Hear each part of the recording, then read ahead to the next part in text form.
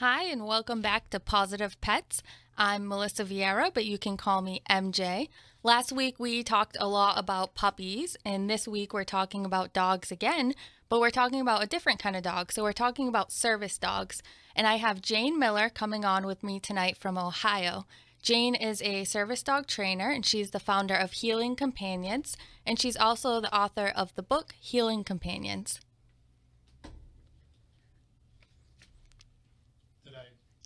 I didn't give you enough time during your... That's okay. All right. So we'll push her through now. Hi, Jane. You're on Positive Pets with MJ. Hi. Hi, how are you? I'm good. How are you? Good. So can you hear me okay? I can hear you much better, thank you. Excellent. So I just told everyone a little bit about your background in being the founder of Healing Companions and also the author of the book Healing Companions. So do you want to talk a little bit more about what Healing Companions does? I would love to. Okay. So service dogs, there's a lot of different types of service dogs, and Healing Companions specializes in a specific type of service dog. So what kind of service dog training does Healing Companions do, and what exactly are those dogs trained to do? Okay. Let me start with saying thank you so much, Melissa, for honoring me with being on this radio show. And I want to share with you my work and my passion, which is to save the lives of shelter dogs, to transform the lives of those with mental illness as their psychiatric service dogs.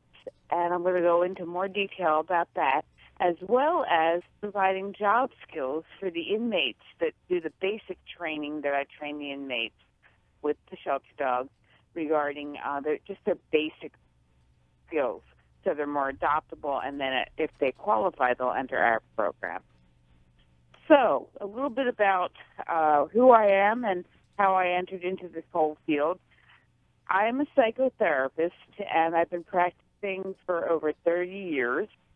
So I have a real niche here, which is unique in that I am not only a psychotherapist, but I also am a dog behavior consultant and a positive reward-based dog trainer, which is a wonderful combination when you are working with organizations that are frequently trained dogs but might not know a lot about the symptomology of the people that they are training these dogs to help assist with when we talk about service dogs.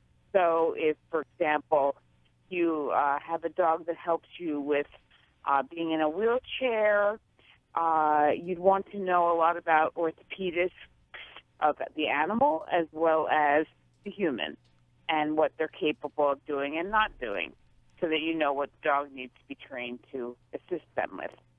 So for us, our dogs are all trained and tailored to the specific needs of the client, my client. And these clients have real variety of symptomology. So, for example, not every person that experiences post-traumatic stress disorder has panic attacks, but some might and some might not. Some might have nightmares, some might not. And so it's a very specialized skill set that each dog is trained to perform based on that individual's symptoms and their needs. So every dog is trained different things based on what their needs are. For example, one of my clients might have issues with overeating, and, for example, one of them, when she would be overeating, she would pace, and she wouldn't realize that she was eating while she was pacing. So we trained her dog to tug at her sleeve and lead her to a chair and then sit beside her and look at her, because when the dog looked at her, she realized she was eating more than she wanted to be eating. The dogs can also be trained to retrieve food from the fridge every few hours for someone who has anorexia or difficulty making sure they eat routinely. Dogs can be trained, these are just examples, based on that person's symptoms. So do you meet the person? Oh, sorry. I'm so sorry. Do you meet the person before you train the dog? So is the dog being trained specifically for that person, or do you have like a? Go through our process. Yes. So what happens is someone contacts us that is interested in looking into adopting a service dog, and they fill out our application, and then we do what's called an intake. Make sure that they are severely limited. This is based on the American Disabilities Act. In order to qualify for a psychiatric service dog, the person must be severely limited in their ability to function.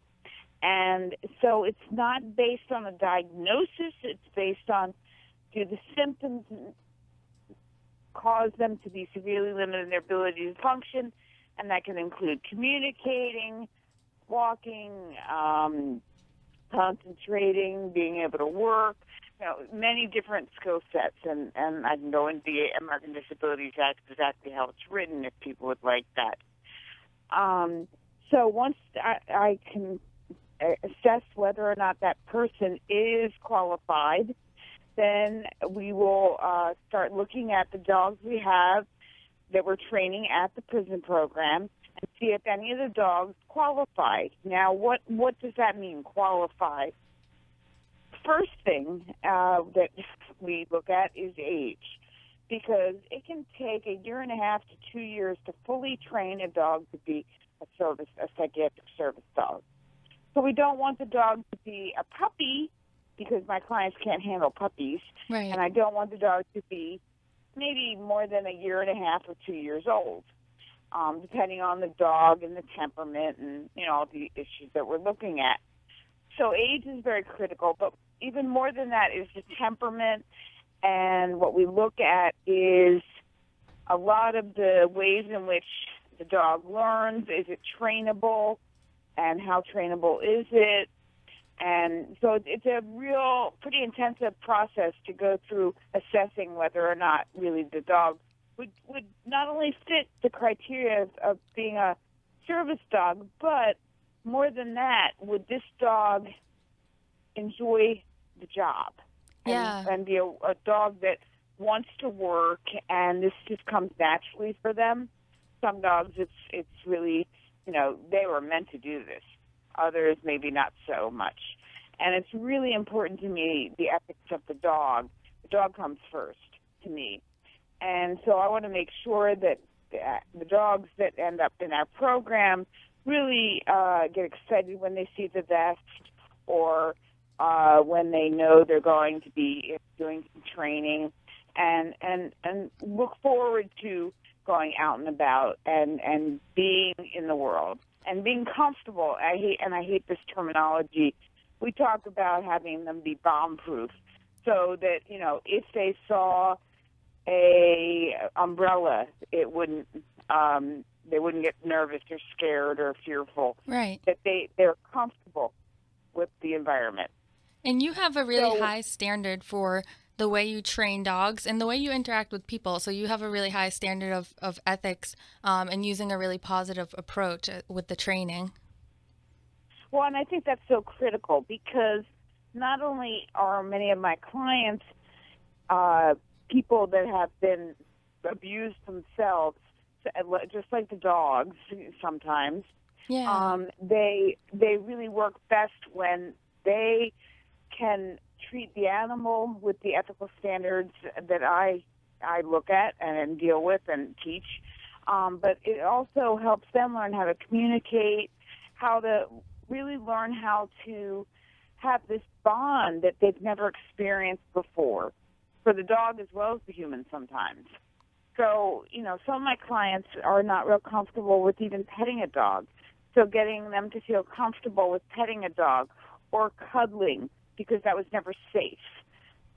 So there's a lot of ways in which the whole process is therapeutic in and of itself for the client and the dog. So and go backwards to the beginning, when we have the dog in the prison, the bond that the dog forms with the inmate that they're being trained by is pretty incredible and amazing. And that's something I really want to talk about, is how you're helping inmates prepare to contribute to their community and give back. I think that's something really interesting that you're doing. And do you want to tell us a little more about that program, that aspect of the program? Oh, I love it, yeah. We have 20 guys in the program. There are 10 dogs, and so there are 2 guys per each dog. And the guys live in what are kind of like bunk beds with the dog right in that same area with them at 24/7. Oh, wow. And the dogs are really a huge part of their therapeutic process as well, because the guys are learning how to communicate once again, how to bond, how to treat these dogs with respect and integrity. And I know those words get misused, but, you know, to not yell at them, to speak quietly, to really not say sit 6 times loudly. Right. Our dogs aren't deaf. They can hear us. They might not understand what we're asking of them. So learning how to communicate using cues, using body language, and all the guys in my program learn how to do relaxation, stress reduction techniques for their dogs as well as themselves. And they're also learning how to read the dogs when they're doing these techniques. Exactly. So they learn body language, and they learn, you know, how their body affects the dogs and what the dog's reaction to what, like if they walk over them and bend over them to put the harness on, how the dog reacts. You know, is the dog licking its lips? Is the dog blinking? Is the dog showing signs of stress? And what we can do to, you know, help the dog to relax with positive reward-based training. I did see a really cool video on your website where they were working with the dog, doing some petting, and then pointing out the different signals of the yawning and the lip licking and what to do in that situation. So I thought that was really neat. And what I liked is that it talked about how this is calming for the dog, but the person also has to calm themselves to be able to interact with the dog appropriately. Yeah, and it's pretty amazing because there's one interview up on my website about one of the guys that was talking about how the relaxation stress reduction techniques that I taught was teaching him how to do some breathing exercises, and he learned how to breathe with the dog, just like slow down his breathing, and the dog's breathing would change. And how I didn't know this about him until the videotaping that we were doing, when he said, you know, I'm bipolar, and these techniques have really made a huge difference and how I am coping with manic episodes or depression. And many of the guys get very depressed being in the prison, but when they wake up in the morning and see this wonderful dog right next to them, you know, they want to get up out of bed. They want to. They feel more motivated. And one of the things I want to share with you is that the guys are also certified in canine CPR and oh, nice. The first aid. So they have some certifications under their belt, which is important. And we already have 2 guys that have been released from the program that now have full-time jobs working at a doggy daycare. Oh, wow. How cool is that? Yes. So I think what I've realized is that this really has made a huge impact on their abilities to get gainful employment when they leave the prison. Right. Which keeps them out of prison. Yeah. And a number of the guys are interested in starting their own doggy daycares or to do dog training or to at least volunteer at the shelters after they get out. And that's not just helping them, but that's helping the dogs as well. Exactly. And it helps them feel really good about giving back. And the thing that I think is so extraordinary is, so once the dog is placed with my client and they've started what we call the public access training and the task training that they do with me, now the dog is living with them and they meet with me every week and we do public access training and task training, tasks that are specific to their needs. At some point they come back to the prison with the dog that the guys that helped with basic training of, and the guys get to meet not only the person and that person shares their story, and they see how what they did made such a huge impact, not only for that dog, but for the human. That's And really it's amazing. really powerful. So you're touching on a lot of lives with this program, people and the animals. Now, when you bring a dog into the prison, where does that program start? Are they just learning the basics of training before they meet the dog, or is it just very hands-on right from the start?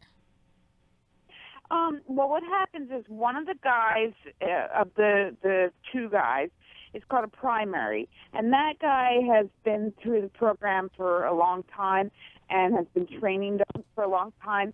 So that the primary helps the secondary guy get up to speed, I guess I would say, on the techniques we use and the dog's body language and how to help dogs learn how to heel appropriately. Because there are a lot of the issues that frequently dogs come in with having, like pulling. You know, for example, some people end up, can't handle the walking their dog because the dog pulls, so they take them to the shelter and then they get placed in the prison. And so the guys help the secondary learn how we don't pull back. Right. We get the dog to look at us or turn around, and really help teach the dog what we're really wanting them to feel safest in what position and how. And it doesn't have to be a perfect heel, but obviously not lunging when it sees a bird or a squirrel, and being appropriate. So we really help them learn those techniques that are positive, and they always have treat bags and treats with them. So, or whatever works. It doesn't have to be treats. It can be petting. It can be good boy, good girl. And some of the guys do, clicker training, which then, we do a lot of that. And I teach the guys a lot of techniques that are very helpful, like shaping and luring, and people that are dog trainers will know what I'm talking about. Yeah. And it's just so exciting for the guys to see that finally what they were working on was shaping, possibly, for the dog to think for itself, what are you wanting? Yeah. And seeing their dog go straight to the mat and lying down, it's so exciting. There's such a incredible feeling of, I did it. And that's true for my clients as well. Wow, the dog understood what I just said or asked for, or, followed my lure or whatever, It's really an amazing process. Yes, it builds self-confidence completely. It's amazing. And these guys, they watch videos. I have videos that I take in that they watch, and I've loaned them tons of books, and they read the books, and then we talk about them. So it's a really good comprehensive program for them. And then my clients also they watch videos, and they also read some of the articles I give them. And some learn better at seeing and practicing. Some learn better from a video. It's like anybody. But I think one of the things we have to remember is that when you're working with someone that struggles with lots of issues, and they can vary, and I don't want to generalize, but like one thing, for example, I had a client that dissociated. That I don't know if people know what that means, but sometimes when you're driving, you're not even aware how you got from point A to point B, so you're kind of spaced out. Now, so my clients would space out, and they'd drop the leash. So what did we do? Well, we had them wear a waist leash. So the leash was wrapped around their waist so that, they didn't have to worry about holding the leash. Also, that helps with people that have tendencies to pull. When you have a waist leash on, you're not using your hand, which can be helpful. And you're always trying to find ways, instead of asking the dogs not to do something, you're saying, what can we train them instead? That's one thing I really enjoy about your approach. You're always looking at a positive way that we can be creative and we can train them to do this instead. And that's right. And part of it is that we also have to figure out what is it that this human is doing before they have the symptoms. So, for example, here's two examples I'll give you. One is a woman that was severely abused in a grocery store at a deli counter. And so every time she would go to the deli, she would have, I guess you would call it a panic attack. So she would carry a stress ball. And one day, she got to the deli counter and she had a stress ball, and it popped, and the innards of the stress ball went flying everywhere. Oh, no. And then she got her dog. And we were trying to figure out, well, how do we let the dog know this is about to happen when she gets to this point in the grocery store? So before we started even exploring that, instead of using the stress ball, she decided she'd hold a tissue in her hand. And she frequently would squeeze the tissue when she got really nervous getting closer to the deli area. And she'd start squeezing it. And frequently when she got there, I don't know if she started panicking or what was going on, but she would drop the tissue.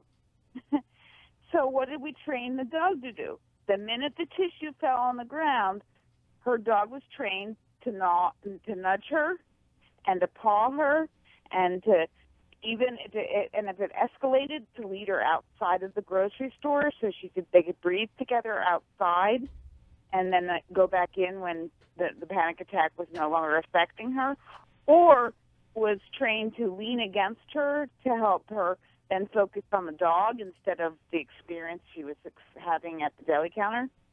And so frequently it was also looking at what are the human cues that occur right before this happens.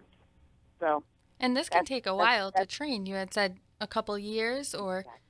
Yes, a year and a half to 2 years, depending on the dog, depending on the person. Yeah. And also depending on the client's needs and how much training they really received before they were released from the prison or got adopted.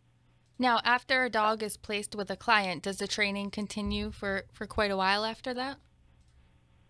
Yes, and it depends on the person and the needs, and you know what specifically they want. Yeah. Some of my clients' symptoms change over time. So unlike someone who has a disability that pretty much stays the same over the years, many people with mental health issues, the symptoms can change, and some can get better. Some there might be some newer ones or some different ones they're experiencing, changes in life. So they'll come back for updates. But we are constantly in touch with them over the years to make sure everything's going well. What do they need? So we don't stop. And then it depends on the dog. It depends on the human. We usually, when the dog is, I don't know. I don't like putting it at age, because one 8-year-old, my dog's 11 years old, and she, oh my gosh, you would never dream that she was old. she's a golden, very young right? 11-year-old. And so some dogs, at 11 might not be ready to retire. Yeah. But we try to look at their aging and how they're doing, and then we start with the next dog for the human, if that's what they want to do, if they want to go forward with this, what we call the successor dog. So the dog that then continues working for them as their service dog. So they start the training process, because it takes a year and a half to a year, and then they can slow down the work that the older dog is doing and start having the other dog help out, Now, so does a service dog, do they have like an on and off? Are they always working, or do they have a time that they... Gosh, no. No. One of the greatest things about human beings is we don't always work. Right. So, we would never expect our dogs to always work. So, no, I hate the terminology that service dogs work 24/7. Right. That's a bunch of baloney. Dogs are dogs. And one of my dogs, it was great. We give presentations with this dog, and when she had her vest on at a presentation, this everybody's like, oh my God, that dog looks like it's so serious and it's so focused and working so hard. Take that vest off, and that dog was a dog, and would run around the room and be silly. And no, these are dogs. And so it's less about getting, having a day off necessarily, but always having time to run and play and downtime. And part of it is helping some people who are workaholics learn how to balance their life. None of us can work 24/7 effectively, I would think. So we don't expect our dogs to either. They get playtime, they get walks, they might be in tune with us, more than non-service dogs, but that just comes naturally for them. My dogs are very in tune with me, and they're not service dogs. Yeah. But, they're always aware of, is Jane sleeping? Is she in the room? What's going on? And if I started, I guess, getting upset, they'd be very aware of it. Now, you also wrote a book about... Dogs get lots of time to be dogs. Yeah. I'm sure that they're happy That's about a great question. working, too. I don't know if we can really call it work, because it sounds like they really enjoy what they do. Exactly. Well, Yeah. and so do I. Yeah. And it's still work, though. I still need time to go for a walk or to read or to relax. Yeah. And sometimes the downtime is I'm just watching TV with people. Or, it depends on the dog. My dog's downtime is playing ball.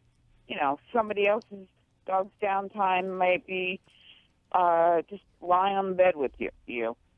So every dog's different. Every human's different. I mean, my greatest joy of life and my therapy is horseback riding. So I horseback ride. So that most people would be like, "Oh my God, I'm exhausting." And then you go to work, But it's so therapeutic. It's so wonderful. It's meditation. It's great. And you also wrote a book, Healing Companions, and in your book you have different stories of how these dogs are helping people. Now, what inspired you to write that book? Oh my gosh. Well, a few things. I guess for me, I wanted more people to know about psychiatric service dogs, and there were no books available at all about psychiatric service dogs, and I was really struggling because I find it really hard to write really good training, how to train dogs books, because every dog is different, every human's different, we all learn different, we all communicate different, and it's if we give people steps and it doesn't work, it's like, oh my gosh, that didn't work. Well, I think for me, it needs to be more of a visual, the training process for people, so they can really see what the dog's doing and then how I respond to it. So with that being said, I really wanted to share the stories of the dogs as well as the humans, and my own story of how dogs have had such a life-changing force in my way of living and changed my life tremendously. And really, the journey of my practice and intertwining the two things I love most, which is helping people as well as helping dogs. It came together magically, and the book was a part of that process. When I was 4 years old, I told my mother I want to be Jane Goodall when I grow up. Oh. And I really felt like the way to do that without going off and studying animals in the wild was to share stories about how dogs specifically could change so many people's lives and touch so many souls and spirits and make such a huge impact.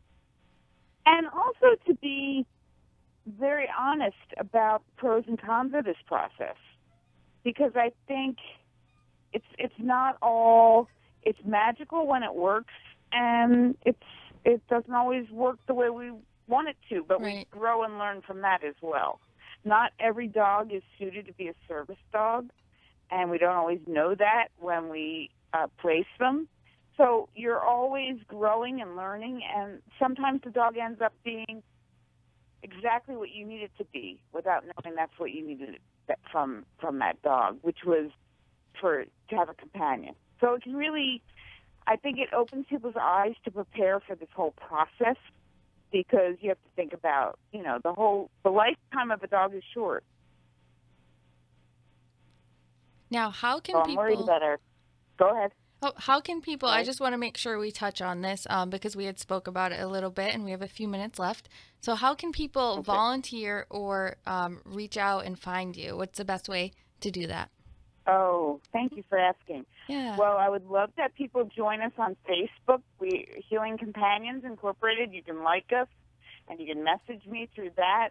Also, our website, I think, is a fabulous website with lots of information, lots of videos. It's healing-companions.org. You also can feel free to email me directly at jmiller, Miller, at, I'm going to spell it, O-B as in boy, ERLIN.net. That's Berlin with an O before it, Oberlin, Ohio. So it's oberlin.net. And my 800 number is 1-800-457-0345. And I would love to hear from you. If you have questions, feel free. I just love sharing about the healing power of dogs. Volunteering. One of the things that's unique in this day and age is that a lot of volunteering can be done virtually. Yeah. We have volunteers that are from all over the world, and I mean world. That's fantastic. So they've helped with fundraising. They've helped with social media. We have a volunteer that does all our tweets. I'm not a Twitter person. We also have Twitter. We also have, that's how I connected with you. LinkedIn. I'm sorry, I blacked out. And so we have a whole social media team. We have people that have helped with graphic design. Matter of fact, our logo, our brochure, and most of our pamphlets were made by a volunteer who's a graphic designer. We always need photographers. Now, that one's a little different because obviously they need to be in our area to do the photography of our dogs when they're placed and through the process. We're also videographers. We still can work with us. We have video that needs to be edited, so people that are capable of doing editing. So we have volunteers that have been with us for many years that have really given their hearts and souls to us. And I got to tell you, what they get from being volunteers, they give. So it's a really beautiful sense of feeling like you've made a huge impact on people's lives. So I always love to have volunteers. And Melissa was kind enough to volunteer and do a fundraiser for us. I hope it went well. And so, I mean, it's amazing what people can do. And this is from a volunteer that I thanked for something she had done, and she wrote back, "This means so much to me. I am beyond grateful to have the opportunity. What you've done with this organization is truly amazing. I'm so proud to be even a small part of that. Thank you so much."